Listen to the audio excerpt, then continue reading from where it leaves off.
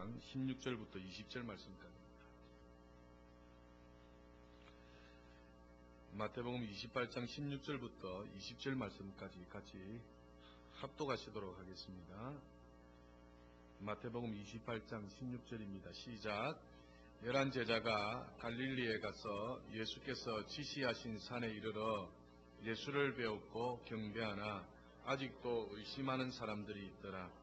예수께서 나와 말씀하여 이르시되 하늘과 땅의 모든 권세를 내게 주셨으니 그러므로 너희는 가서 모든 민족을 제자로 삼아 아버지와 아들과 성령의 이름으로 세례를 베풀고 내가 너희에게 분부한 모든 것을 가르쳐 지키게 하라. 볼지어다 내가 세상 끝날까지 너희와 항상 함께 있으리라 하시니라. 아멘. 오늘 2014년 마지막 주일 예배입니다. 우리 인생에 있어서 오늘이 지나가면 이 시간은 절대로 돌아오지 않는 시간들입니다.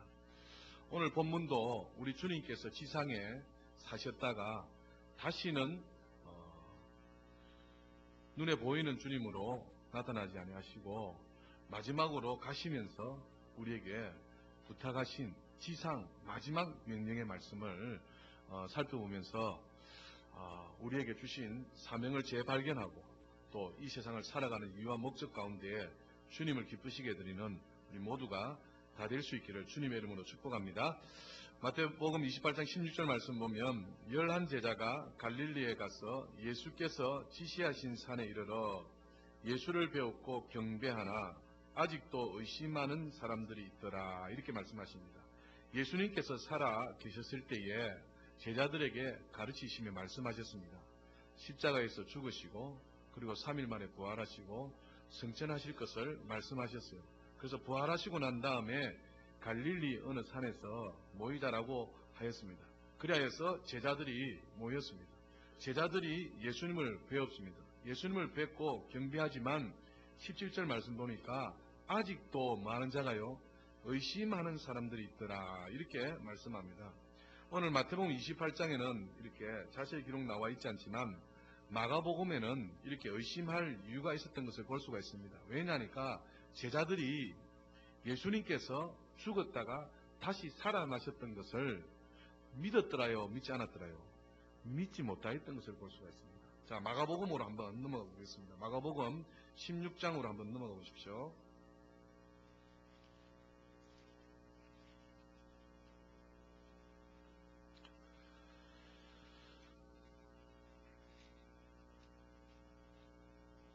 마가복음 16장 9절 보시면 예수께서 안식 후 첫날 이른 아침에 뭐 하셨다예? 살아나셨습니다. 살아나신 후에 전에 7 귀신을 쫓아내어 주신 막달라 마리아에게 살아나신 주께서 보여주셨다는 것입니다. 10절에 마리아가 가서 예수와 함께하던 사람들이 슬피 울며 울고 있는 중에 이 일을 알림해 11절에 그들은 예수께서 살아나셨다는 것과 마리아에게 보이셨다는 것을 듣고도 어떻게 했다요? 믿지 아니하였다 했습니다. 그리고 12절에 보면 그 후에 그들 중 2 사람이 걸어서 시골로 갈 때에 예수께서 다른 모양으로 그들에게 나타나시니 2 사람이 가서 남은 제자들에게 알리었으되 이 2 사람은 엠마오로 간 2 제자지 않습니까? 그렇게 알렸으되 제자들이 어떻게 했다고요? 13절에 역시 믿지 아니하니라 이렇게 말씀합니다. 지금 14절에 보시면 그 후에 11 제자가 음식을 먹을 때에 예수께서 그들에게 나타나사 그들의 믿음 없는 것과 마음이 완악한 것을 꾸짖으십니다. 왜냐하니까 자기가 살아난 것을 본 자들의 말을 어떻게 했다요? 믿지 아니하였더라 이렇게 말씀하고 있습니다. 오늘 마태복음 28장에 11 제자와 함께 예수님께서 부활하셔서 만나십니다. 만나니 제자들이 예수님께 경배는 하지만 뭐 했다요?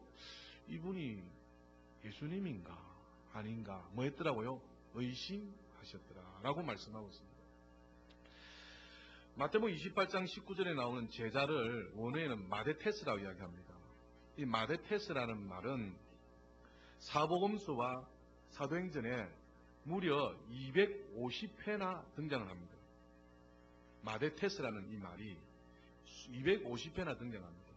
이 마데테스라는 말은 무엇인가에 홀딱 반해서 그리고 정신이 다 빼앗겨버리고 그리고 깊이 거기에 빠진 사람을 두고서 마데테스 제자다라고 얘기합니다. 누가는 이 누가복음을 기록할 때에 이 마데테스라는 이 제자라는 단어를 겟세마네 동산에서 예수님께서 십자가 지시고에서 잡히시잖아요. 잡히실 때에 이 제자들이 어떻게 했습니까? 다 도망가 버렸습니다. 분명히 예수님께서 내가 십자가를 지시게 될 것이고 그리고 다시 부활할 것이다 라고 가르치셨습니다. 십자가를 지려면 잡혀야 되잖아요. 그런데 그것을 제자들에게 다 가르쳤다는 것입니다. 그리고 성경을 따라서 예수님께서 겟세마네 동산에서 기도하시고 이렇게 잡히시게 되는데 잡히고 난 이후에 제자들이 마데테스들이 어떻게 해요? 다 도망가 버렸습니다. 그 이후에 이 마데테스 제자라는 말이 사라져 버렸어요. 없어져 버렸다는 것입니다. 그리고 언제 다시 이 누가가 기록하고 있냐니까 사도행전을 누가가 기록했잖아요. 이 사도행전에 와서 마가다락방에서 그들이 불의 해같이 갈라지는 성령을 보게 되고 체험하게 됩니다. 그리고 난 다음에 그들이 어떻게 교회를 세우고 뿔뿔이 흩어져서 복음을 전하는 자가 되었잖아요. 그때 비로소 또 마데테스라는 말이 다시 쓰여지게 됩니다. 다시 말씀드리면 예수님께서 말씀하셨어요. 그 가르침을 받았어요. 그런데 분명히 가르침을 받고 그들이 배움을 받았지만은 예수님께서 겟세마네 동산에서 잡힐 때에 제자들은 어떻게 했다요? 다 도망가 버렸다는 겁니다. 그래서 마데테스라는 단어 자체가 뭡니까? 사라져 버렸다는 겁니다. 그리고 다시 뭡니까? 마가다락방 이후에 성령을 체험하고 난 다음에 복음 전하는 그 11 제자 120분들에게 제자라 해서 마데테스라는 말이 생겨졌다는 것입니다. 제가 이 말씀을 보면서 지금 우리도 성경을 믿습니다. 아멘. 그리고 다시 오실 주님을 믿습니다. 아멘. 지금 우리가 제자들이 주님을 만나고 제자들과 함께 제자들이 주님과 함께 살아오면서 믿고 지내다가 눈에 보이는 예수님이 이제 십자가를 지시고 해서 잡히니까 제자가 되지 않았다는 것이죠. 이 말씀을 보면서 과연 우리는 지금 예수님을 믿고 있습니다. 그리고 심지어 다시 오실 주님을 믿고 있습니다. 그런데 예수님께서 잡히실 때 도망가 버린 그 제자와 과연 나는 지금 어떻는가 라는 생각이 들었어요. 예수님께서 분명히 함께 계셨고 말씀을 주셨습니다. 그럼에도 불구하고 그렇다면 잡힐 것도 그리고 십자가에 죽을 것도 다 가르치고 말을 했다는 것이죠. 그런데 도망가 버렸다. 지금 우리는 몸으로는 도망가 버리지 않았지만 마음으로 혹시 도망간 제자들과 같지는 않느냐는 거예요. 우리가 예수를 믿으면서 다시 오실 주님을 믿는다 하면서 주님의 참 제자로 우리 마음으로부터 주님의 제자의 모습으로 우리가 살아가고 있는지 생각해보자는 것입니다. 지금 이 시대에 믿는 사람들은 참 많습니다. 목사들은 참 많습니다. 그런데 주님의 제자된 목사, 주님의 제자된 성도는 얼마나 있느냐. 그래서 돌아가신 오카노 목사님은 그래서 제자 삼는 일에 목숨을 바칩니다. 우리 모두가 주님의 제자라고 합니다. 그런데 마음으로부터 주님을 멀리 가버린 제자는 아닌지 이 마지막 주 예배를 드리면서 한번 우리가 돌이켜보면서 2015년도를 또 살아가야 되는데 세상 사람들이 살아가는 것처럼 그냥 믿는 사람들이 그냥 믿으며 살아가는 것처럼 그냥 똑같이 그렇게 살아가는 사람이 되지 마시고 하나님이 보실 때에 기뻐하시는 하나님이 기준이 되셔서 하나님 보실 때에 칭찬받을 만한 그런 목사, 그런 성도로 살아가시는 우리 모두가 다 될 수 있기를 주님의 이름으로 축복합니다. 그래서 11 제자가 의심을 했다는 것입니다. 그러면서 18절에 예수님께서 말씀하십니다. 마태복음 28장 18절에 보시면 예수께서 나와 말씀하여 이르시되 하늘과 땅의 모든 권세를 내게 주셨으니 이렇게 말씀합니다. 하늘과 땅의 모든 권세, 하늘 안에 있는 것, 땅 위에 있는 모든 권세를 내게 주셨다라고 예수님께서 친히 말씀하십니다. 이 주신이가 누구십니까? 하나님이시다는 것입니다. 지금 예수님께서 이 말씀을 하시는 그 근거를 이야기하고 있습니다. 하나님께서 이 땅에 있는 나에게 하늘과 땅에, 하늘 안에, 땅 위에 있는 모든 권세를 예수님이 당신에게 주셨다는 것입니다. 그러면서 너희는 가서 이렇게 말씀하고 있습니다. 오늘 하늘과 땅의 모든 권세는 하나님께 있습니다. 그 권세를 누구에게 줬다고요? 예수님에게 줬다면서 우리에게 사명의 근거가, 제자된 그 근거가 어디에 있다고요? 하나님께 있다는 것을 가르치는 것입니다. 오늘 우리는 하나님의 자녀인 줄 믿습니다. 하나님으로부터 택감받은, 부르심을 받은 하나님의 백성인 줄 믿습니다. 우리의 근거가 어디 있다고요? 하늘로부터 있다는 겁니다. 모든 성도의 근거는 하나님께 있다. 그래서 우리의 출생은 어디로부터다고요? 엄마 뱃속이 아니라 적어도 우리는 어디부터요? 하늘로부터 태어난 사람이다. 믿으시기를 주님의 축복합니다. 그래서 지금 눈에 보이는 우리가 이렇게 있지만 우리가 돌아가야 될 본향은 어디에 있다고요? 하늘에 있다. 하늘에. 그래서 이 땅에 비록 살아가지만 우리가 소망 둘 건 어디다고요? 하늘에 있다. 하나님께 있다는 사실을 예수님께서 지금 가르치고 있는 것입니다. 오늘 우리가 비록 이 땅에 살아가고 있지만 이 세상 사람들처럼, 이 세상 사람들이 살아가는 방식처럼, 이 세상 사람들이 살아가는 모습처럼 살아가면 그건 세상 사람들과 똑같은 것입니다. 적어도 우리는 하늘로부터 태어났다. 하늘로부터 나왔다. 하늘로부터 불러뜨었다. 해서 하나님께 그 근거가 있다는 사실을 기억하여서 하늘의 소망을 두고 살아가시는 저와 여러분 다 될 수 있기를 주님의 이름으로 축복합니다. 그래서 세상 사람들 볼 때 너하고 나는 같다 틀리다요. 틀리다라고 이야기해야 됩니다. 나는 적어도 하나님의 자녀다. 나는 하늘로부터 태어난 자다. 그래서 세상 사람들하고 달리 보라 이거죠. 성경에 보면 악인의 형통함을 보고 하나님께 원망하는 장면들이 참 많잖아요. 하박국도 그랬고 어리석은 자들이 다 그렇게 했습니다. 그것은 무엇을 몰라서 그렇다고요? 자기의 근거를 몰라서 그렇다. 우리의 근거는 어디다고요? 하늘에 있다. 하나님께 있다. 믿으시기를 주님의 이름으로 축복합니다. 그래서 비록 이 세상 살아가는 동안 세상 사람들처럼 못한다 할지라도 우리의 근거가 어떻게요? 하나님께 있다. 차원이 다른 틀린 사람이라는 것이죠. 차원이 다른 사람이라는 것이죠. 그런 믿음과 확신 속에 신앙생활 하시기를 주님의 축복합니다. 그래서 세상 가운데 여러 가지 문제가 있을 수 있죠.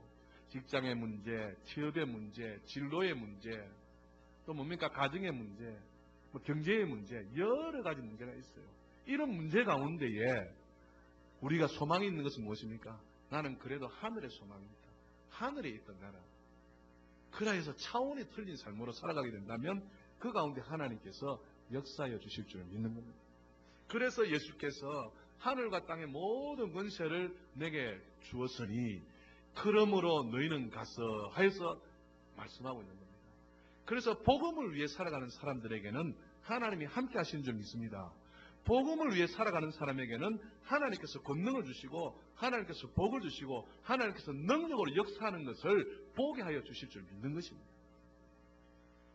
그래서 18절에 그 근거가 하늘에 있다는 것을 말씀하시면서 19절부터 20절 말씀까지의 이제 마지막 지상 명령을 하십니다. 같이 한번 읽어보시도록 하겠습니다. 시작.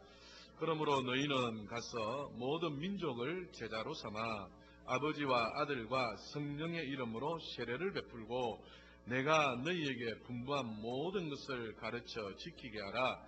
볼지어다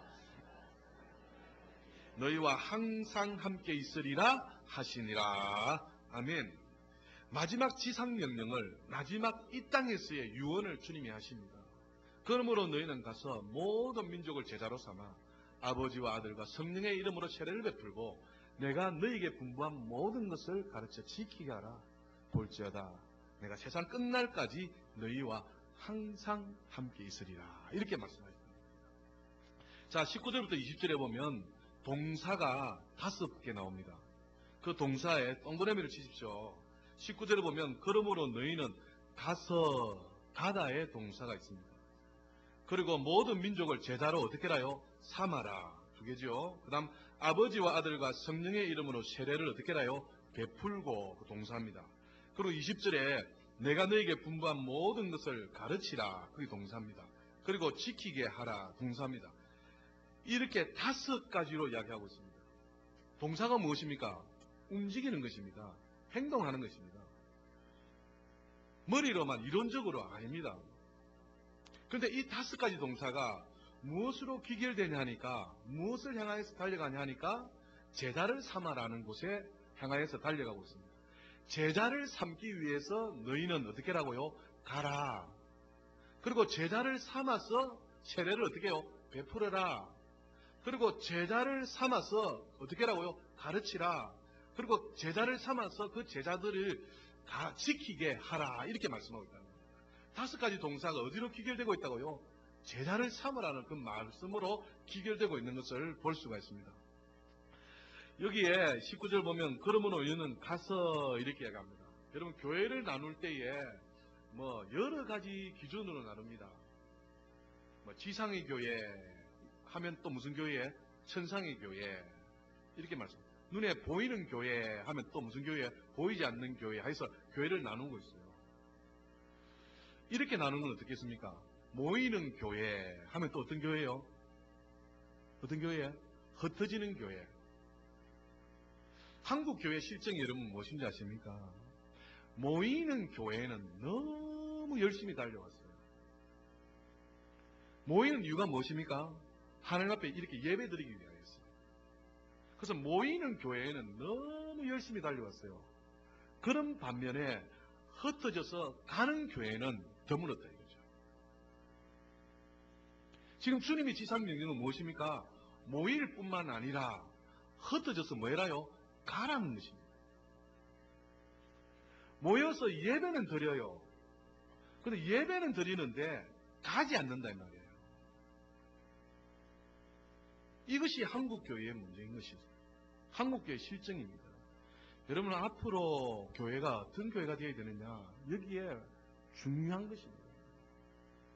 앞으로 한국교회가, 우리 교회가 모이는 교회뿐만 아니라 가지 아니하면 교회의 정체성을 잃어버립니다. 여러분 열방에 가봐라는 이유가 무엇인지 아십니까? 우리는 교회의 중요성을 안다 하면서도 피부적으로 못 느껴요. 그런데 교회가 없는 곳에 가면 실질적으로 그들이 소망이 있다면 무엇이겠습니까? 교회가 없는 곳이라면 교회가 세워지기를 원하는 것입니다. 교회가 세워지려면 뭐가 있어야 된다고요? 믿는 자가 있어야 되는 것이죠. 그래서 복음 들고 열방에 나아가면 하나님께서 믿는 자를 뭐 해주신다고요? 붙여주시는 겁니다. 그 믿는 자를 통하여서 교회가 만들어져서 그 가운데 예배하는 공동체로 설 수 있다는 것입니다. 그래서 가지 아니하면 체험할 수 없는 겁니다.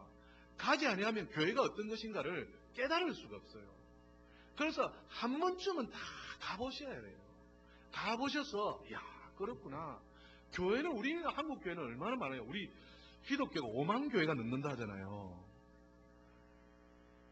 교회가 엄청나게 많습니다. 그런데 지금도 교회가 없는 곳이 있다 없다요? 있는 것입니다. 한국에도 교회가 없는 곳이 있을 수 있습니다. 제가 어느 날 배를 타고 전라도 섬을 들어간 적이 있습니다.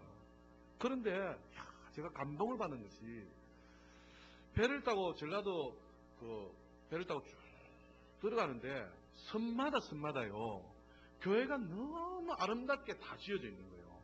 배 타고 가면서 다 보이는 겁니다. 야 이곳에도 교회가 있네. 이곳에도 교회가 있네. 이곳에도 교회가 있네. 이랬습니다. 깜짝 놀랐습니다. 그런데 경상도 지역은 어떻습니까?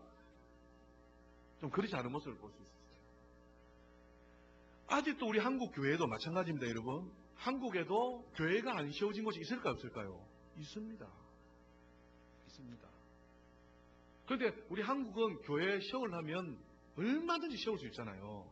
그런데 세우고 싶어도 세우지 못하는 곳이 있다는 겁니다. 거기에 하나님 역사하실까 안 하실까요? 역사하는 겁니다.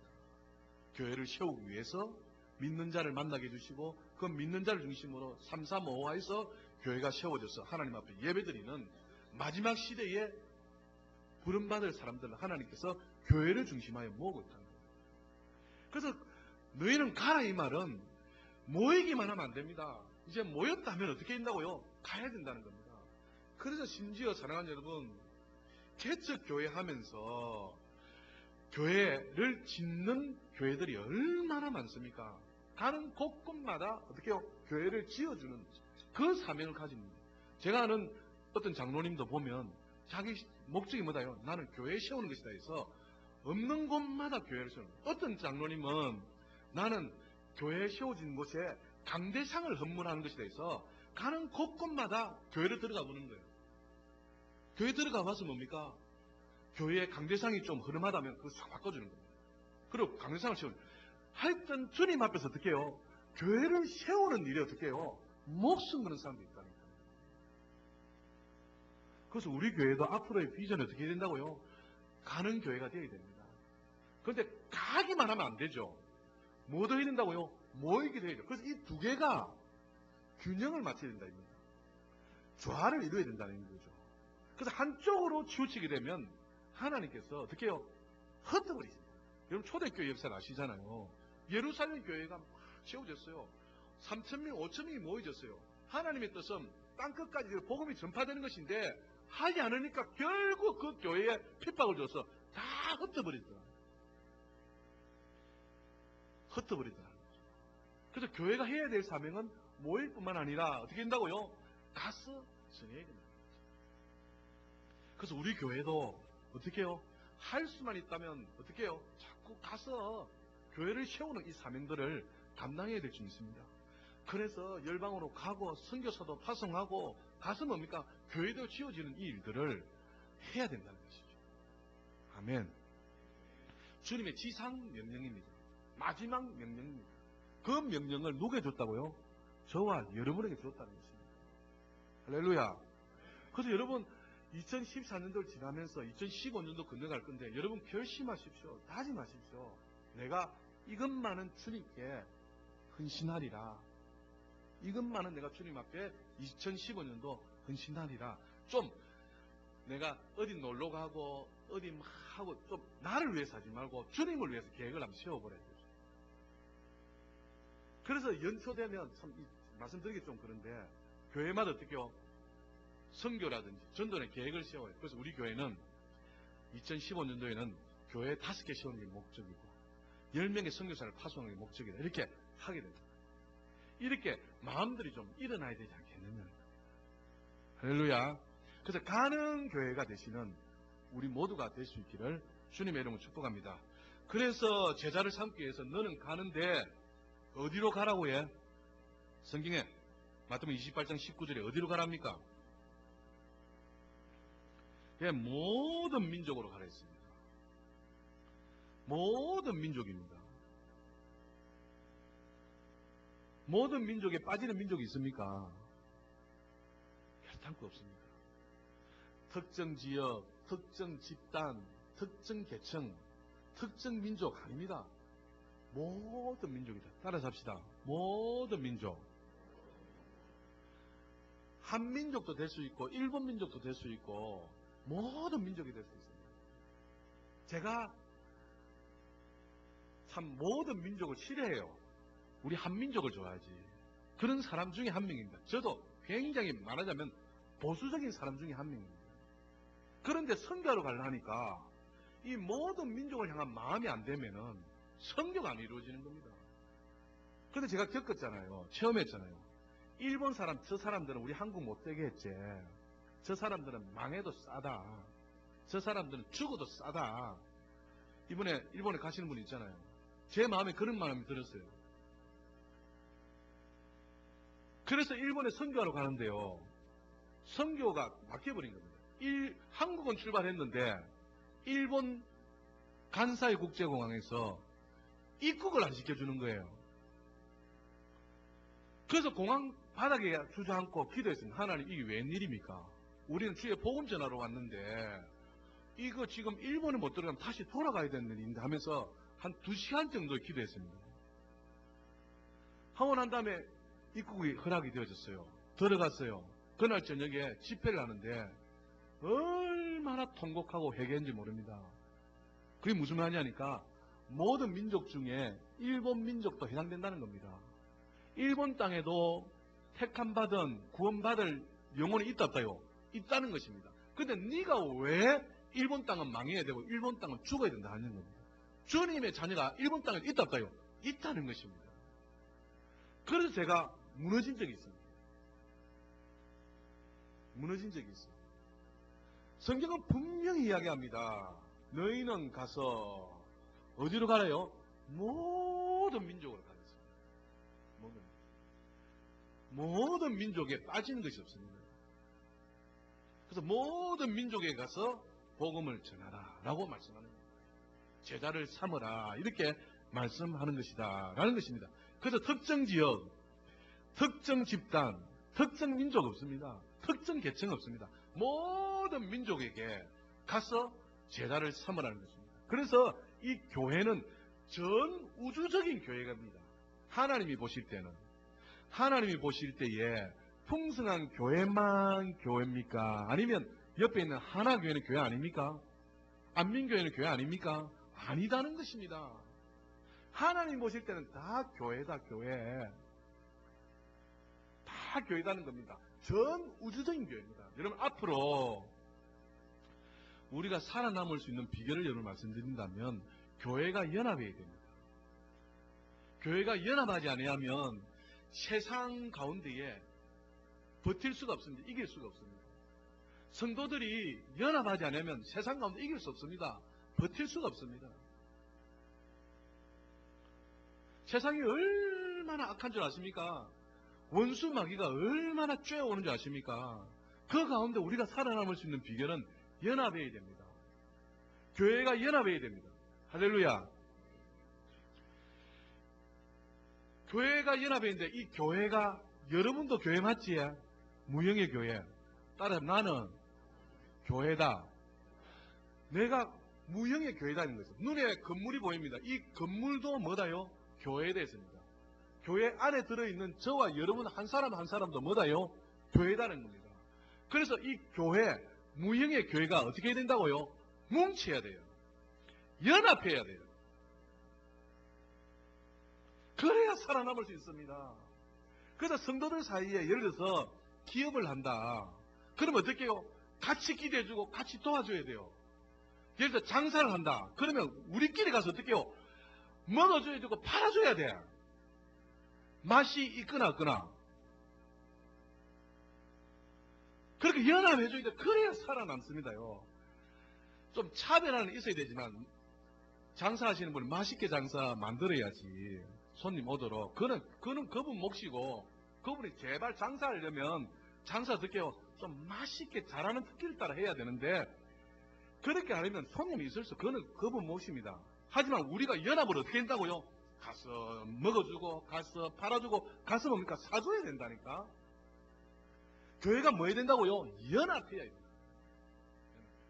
그래서 복음은 모든 민족입니다. 아멘. 그래서 안민동도 우리가 어떻게 해요? 접수를 해야 돼요. 이 안민동의 복지를 위해서, 이 안민동의 구조를 위해서 교회가 해야 될 사명을 어떻게 합니까? 해야 됩니다. 우리가 안민동에 속해 있는데 안민동 지역을 섬기지 못하면 안 됩니다, 여러분. 여러분, 제일 먼저 우리를 위협하는 것이 뭘까? 안민동 사람들이 우리 안민동 지역에 있는 사람들이 풍산교회는 걸렸다 하면 걸른 겁니다. 죄송합니다만. 풍산교회가 안민동 지역 사람들에게 뭘 받아야 된다고요? 인정을 받아야 돼요. 인정을. 이 큰 교회가 이리 있지만 이 교회 중에도 그래도 풍성한 교회는 뭐가 달라도 다르다. 귀하다. 해서 소문이 나야 된다는 거죠. 제가 들었습니다. 할머니 할아버지들이 입이요 장난이 아니랍니다. 할머니 할아버지들이 풍산교회 좋다 하면 끝장났다는 겁니다. 근데 할머니 할아버지들이 풍산교회 거기에 좀 끝장나면 안 된다는 겁니다. 그래서 이 안민동에 노인당이 2개 있어요. 2개. 이 할머니 할아버지 입소문이 엄청나게 무섭다는 거죠. 그래서 절대 공치리 하면 안 됩니다. 뭐 주지도 않는데 네 뭐 갖다 줄게 예 이런 말 절대 하면 안 돼요. 할머니 할아버지 그것만 생각하고 있는 거야. 아 뭐 맨날 며칠에 갖다 주기로 했지. 그것만 생각하고 있는데 안 갖다 주고 있어. 이거 교회가 뭐지 이렇게 되면 큰일 난다 이거죠. 그래서 안민동을 섬기는데 노인당을 섬기는데 반드시 교회를 통해서 이야기를 하시고 반드시 뭐 섬겨야 될 것 있으면 교회 결제해야 돼. 누가 개인적으로 가가지고 뭐 어떻게 해가지고 소문이 잘못 나면 큰일 날입니다. 큰일 날리. 알겠죠? 그래서 안민동 지역을 어떻게 해요? 보고만 시킵니다. 그래서 안민동 지역 사람들이 우리 풍산교회를 인정해 줘야 됩니다. 그래서 주차할 때도 죄송합니다만 주차할 때도 신경을 써서 마십시오. 엊그제 요 앞에요. 연말이 되니까 사람들이 여기 많이 오는가 봐요. 주차를 대놨는데 엉망으로 대놓은 거예요. 그래 차가 빠져나가지 못할 형편이 되는 거야. 그런데 욕을 어디를 하고 있다고요? 이 교회를 보고 욕을 하고 있는 거야. 제가 머리가 아파가지고 이 와 이럽니까? 이 교회 차 아닙니다. 교회 평일날 없습니다. 그래서 제가 막 전화할까? 요 감나무집에 고신탕 먹고 있네. 차를 우리 스스로도 차를 댈 때도 어떻게 해요? 모범적으로 대시요. 공간이 많다 해가지고 아무렇게 되지 말고 차선 안으로 딱 집어넣고 공간 조절을 잘해서 내가 하나 잘 되면 다른 차 될 수 있도록 세심하게 배려해야 됩니다, 여러분. 아멘. 그 차를 아무 때나 대면 안 돼요. 차 댈 때도 세심하게, 사람을 만날 때도 세심하게, 친절하게 해야 된다는 것이죠. 그래야 교회가 어떻게 해요? 살아남을 수 있다는 거예요. 이 지역을 섬겨야 됩니다. 지역을. 그 지역 사람들에게, 주민들에게 항상 좋은 말하고 밝은 얼굴로 인사를 만나면 만나는 대로 인사를 하는 거죠. 그러면 저분이 왜 풍산교회 성도입니다 하면서 인사를 만난 대로 하는 거예요. 그러면 사람들이 뭐라고 했습니까? 이야. 그래서 교회 가려 하면 안민교회 찾아가는 게 아니고 하나교회 찾아가는 게 아니고 풍산교회 오세요. 그렇게 해야 된다. 알겠지? 그래서 교회가 이 사명을 감당해야 된다는 거죠. 그래서 모든 민족을 제자로 삼으라. 제자로 삼으라. 그리고 아버지와 아들과 성령의 이름으로 세례를 베풀고 내가 너에게 분부한 모든 것을 어떻게 하라고요? 가르치랍니다. 여러분, 플리즈 제 마음에 여러분의 생각, 여러분의 사상을 가르치는 절대 안 됩니다. 주님의 말씀을 따라 주의 말씀을 교훈하고 주의 말씀을 가르쳐야 돼요. 하나님의 말씀이 내 입과 내 마음에 있어서 하나님의 말씀이 나와야 된다 이거입니다. 우리는 자꾸만 어떻게 해요? 내가 믿었을 때 이렇게 믿었는데 나의 경험, 나의 신앙생활에 이렇게 예전에는 했다. 아닙니다. 그거는 조금 잠재하시고 뭘 말해라요? 주의 말씀으로, 주의 교훈으로 가르치라. 주님의 지상명령입니다. 너희는 가서 모든 민족을 제자로 삼아 아버지와 아들과 성령의 이름으로 세례를 베풀고 내가 너에게 분부한 모든 것을 뭐예요? 가르치라는 겁니다. 내 것을 가르치면 내 제자밖에 안 돼요. 근데 주님의 것을 가르쳐야 뭐가 된다고요? 주님의 제자가 되는 겁니다. 지금 주님의 지상명령입니다. 그러면 내가 무엇을 가르친다고요? 주님의 말씀을 가르쳐서 주님의 제자가 되도록 만들어야 된다는 겁니다. 아멘. 그러려면 하나님의 말씀이 내가 교육을 받아야 될까 안 받아야 될까요? 받아야 돼요. 하나님의 말씀이 이러하다는 것이 날마다 되새겨져야 된다는 거예요. 그래서 내 사상, 내 생각을 가르치고 교훈하는 것이 아니라 주님의 말씀을, 주님의 교훈을 가르치라. 그래서 자녀들에게도 어떻게 하라고요? 한 말씀이라도 그 말씀을 암송하게 하든지 그 말씀이 이러하다라고 보여주고 가르치는 거예요. 제가 성경을 찾는 이유 중에 하나가 여러분 아시잖아요. 제 말을 안 하려고 성경이 이러하다는 것을 보여주려고 합니다. 아, 주의 말씀이 이렇구나 하여서 그 말씀이 뭡니까? 가르침이 될 때에 우리가 주님의 제자가 된다 이거죠. 할렐루야. 그래서 너희는 가서 모든 민족을 제자로 삼아 아버지가 분부한 그 모든 것을 성경을 어떻게 해요? 가르치라. 그리고 이것으로 끝을 내지 말고 뭐하게 해라요? 지키게 해라는 겁니다. 여러분 야고보서 2장에 보면 산믿음과 죽은 믿음에 대해서 이야기합니다. 죽은 믿음이 어떤 믿음이랬습니까? 행함이 없는 믿음이랬습니다. 가르침을 받았다 하면 어떻게 된다고요? 그렇게 지키는 자가 되어야 된다. 삶 가운데 그렇게 지키는 자가 되어야 됩니다. 그래서 가르칠 뿐만 아니라 반드시 뭐해라요? 지키게 하라. 지키게 하라. 우리 모두에게 해당되는 말씀이 좀 있습니다. 그래서 우리 모두가 가고 제자로 삼아서 세례를 베풀고 아버지가 분부한 그 모든 것을 가르치고 그리고 그 가운데 지키게 하라. 지키게 하라. 야고보서를 한번 찾아봅시다. 야고보서 2장.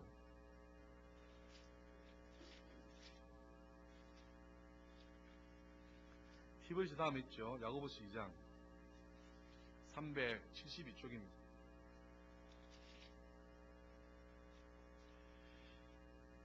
야고보서 2장 14절 보십시오.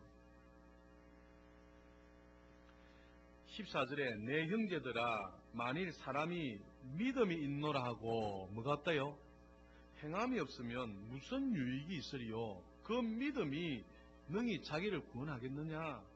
만일 형제나 자매가 헐벗고 일용할 양식이 없는데 너희 중에 누구든지 그에게 이르되 평안히 가라 덥게 하라 배부르게 하라 하며 그 몸에 쓸 것을 주지 아니하면 무슨 유익이 있으리요? 17절에 이와 같이 행함이 없는 믿음은 그 자체가 뭐다요? 죽은 것이라. 18절 보십시오. 어떤 사람은 말하기를 너는 믿음이 있고 나는 행함이 있으니 행함이 없는 네 믿음을 내게 보이라. 나는 행함으로 내 믿음을 내게 보이리라 하리라. 이렇게 말합니다. 여러분 어떤 사람이 말하기를 너는 믿음이 있고 나는 뭐가 있다고요? 행함이 있다는 거죠. 이렇게 합시다. 저는 믿음이 있고 여러분은 행함이 있다 이렇게 합시다. 저보고 여러분들이 목사님 믿는다고 해? 믿는다고 해? 그럼 믿음을 보여보십시오. 이렇게 해보십시오. 저한테 목사님 믿음을 좀 보여보이소. 이렇게 해보십시오. 시작. 크게 해. 시작. 그 믿음을 보여줘야 되잖아요. 행함이 있는 사람은 어떻게 한다고요? 여러분들은 내가 하는 것을 보면 믿을 거 아니냐. 내 행함을 보고 내가 믿는 거 아니냐. 이렇게 얘기하는 겁니다. 그래서 여러분 보니까 진짜 사랑하거든. 여러분 보니까 진짜 용서하거든. 여러분 보니까 진짜 삶 가운데 말씀대로 순종하며 살아가거든요. 아, 그것을 보고 제가 깨닫는 겁니다. 아, 저것이 믿음이구나. 나는 믿음이 있는다 하면서 뭐 하지 않는다고요? 행하지 않는 거예요. 그런데 여러분은 믿음 말을 안 해도 말씀대로 믿음대로 어떻게 하고 있다고요? 지금 살아가고 있는 거예요. 그래서 형제에 대해서 어떻게 하고 있다고요? 사랑하고 있고 형제에 대해서 용서하고 있고 또 말 안 해도 성경대로 기도하고 있고 말씀대로 순종하고 있다 이것이죠. 그래서 제가 깨닫는 겁니다. 아, 믿음이 저것이구나. 나는 믿는다면서 나는 저들처럼 기도도 하지 않고 성경대로 순종도 하지 않고 사랑도 하지 않고 용서도 하지 않았구나. 깨닫는 겁니다. 그래서 아, 나도 저분들처럼 저렇게 행해야 되겠다.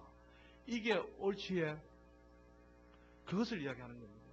그래서 야고보가 행함이 없는 믿음은 그 자체가 뭐다고요? 죽은 것이다. 26절에도 영혼 없는 몸이 죽은 것 같이 행함이 없는 믿음은 뭐다? 예? 죽은 것이다. 그래서 가르칠 뿐만 아니라 삶 가운데 뭐하도록요? 지키게 하라. 지키게 하라. 이것이 제자된 삶입니다. 그래서 제자가 있다면 스승이 있는 거 아니겠어요? 스승이 보고 그렇게 안 살잖아요. 그러면 어떻게 한다고요? 이리 오너라. 하여서 어떻게 해요? 때로는 회초를 때리고, 또는 뭡니까? 충고를 하고, 또는 징계를 하는 것이죠. 그렇게 안 살면. 그래서 여러분, 이 지금 주님의 지상명령을 지키는 이 일에 있어서 제일 중요한 것이 무엇이겠습니까? 이제 겨우 답이 나왔습니다. 제일 중요한 것은 무엇이겠어요? 제자가 되라는 것인데, 주님의 제자가 되라는 것인데, 지금 스승이 눈앞에 계시면 제자들이 못하면 어떻게 한다요? 해초를 때린다든지 훈계한다든지 충고를 하는 이렇게 할 건데, 스승님이 지금 눈에 안 보여요. 그러면 어떻게 됩니까? 내 스스로가 지금 스승님이 다 보고 있다고 생각해가지고 행동을 해야 됩니까? 안 해야 됩니까? 해야 된다는 것입니다. 이것이 신앙생활입니다. 이것이 믿음 생활입니다. 제자된 삶이라는 겁니다. 그래서 제일 중요한 것은 바로 내가 지금 어떤 상태인지를 확인하는 겁니다. 내가 지금 영적으로 지금 내가 어떤 상태인지, 눈에 스승님이 안 보이지만 이 스승님이 볼 때에 나를 지금 어떻게 평가할 건지 그것을 체크하는 것이다. 여러분 이해되십니까? 그래서 내 스스로의 영적인 그런 철저하게 무장하는 것들이 첫 번째로 있습니다. 그래서 뭡니까? 제자를 삼아서 아버지와 아들과 성령의 이름으로 세례를 주고 분만큼 모든 것을 가르쳐 지키게 해요. 그래서 신앙생활은 말씀을 듣고 끝내는 것이 아니라 뭐까지요? 지키게 해야 됩니다. 지키게 해야 된다는 것이죠. 그래서 여러분 앞에 누가 있다고요? 제가 있고 회장들 앞에 조언들이 있고 서로 뭡니까? 그렇게 해서 권면하고 서로 세워가며 그 원초적으로 하나님이 보실 때에 어떻게 해요? 인도함을 받는 그런 자가 되어야 된다는 거죠. 알겠지요? 2014년도 오늘 마지막 주일입니다. 세상 사람들은 이 연말 연시가 되면 어디서 와서 어디로 가는지 모르니까 하는, 죄송합니다, 일이라고는 먹고 마시고 시집가고 장가가는 것밖에 없어요. 사고 팔고 집을 짓는 것밖에 없습니다. 근데 저와 여러분은 달라야 될 줄 믿습니다. 그래서 연말연시니까 먹고 마시고 즐기자가 아니라 하나님 앞으로 나오시기를 주님의 축복합니다. 주의 말씀을 들으시기를 주님의 축복합니다. 그래서 주의 말씀 가운데 자신을 영적 재무장하시기를 주님의 이름으로 축복합니다. 그래서 주님의 지상명령을 이루어드리는 사명자의 삶을 사시기를 그러하신 주 예수 이름으로 축복합니다. 2014년도 이 마지막 주일에 주님이 말씀하십니다.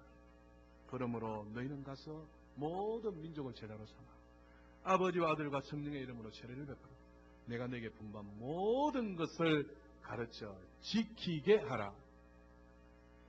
볼지어다 내가 세상 끝날까지 너희와 항상 함께 있으리라. 주님의 놀라우신 사명을 발견하고 2015년도를 주님과 함께 건너가시기를 주의 이름으로 축복합니다. 기도하겠습니다. 하나님 우리 아버지, 그렇습니다.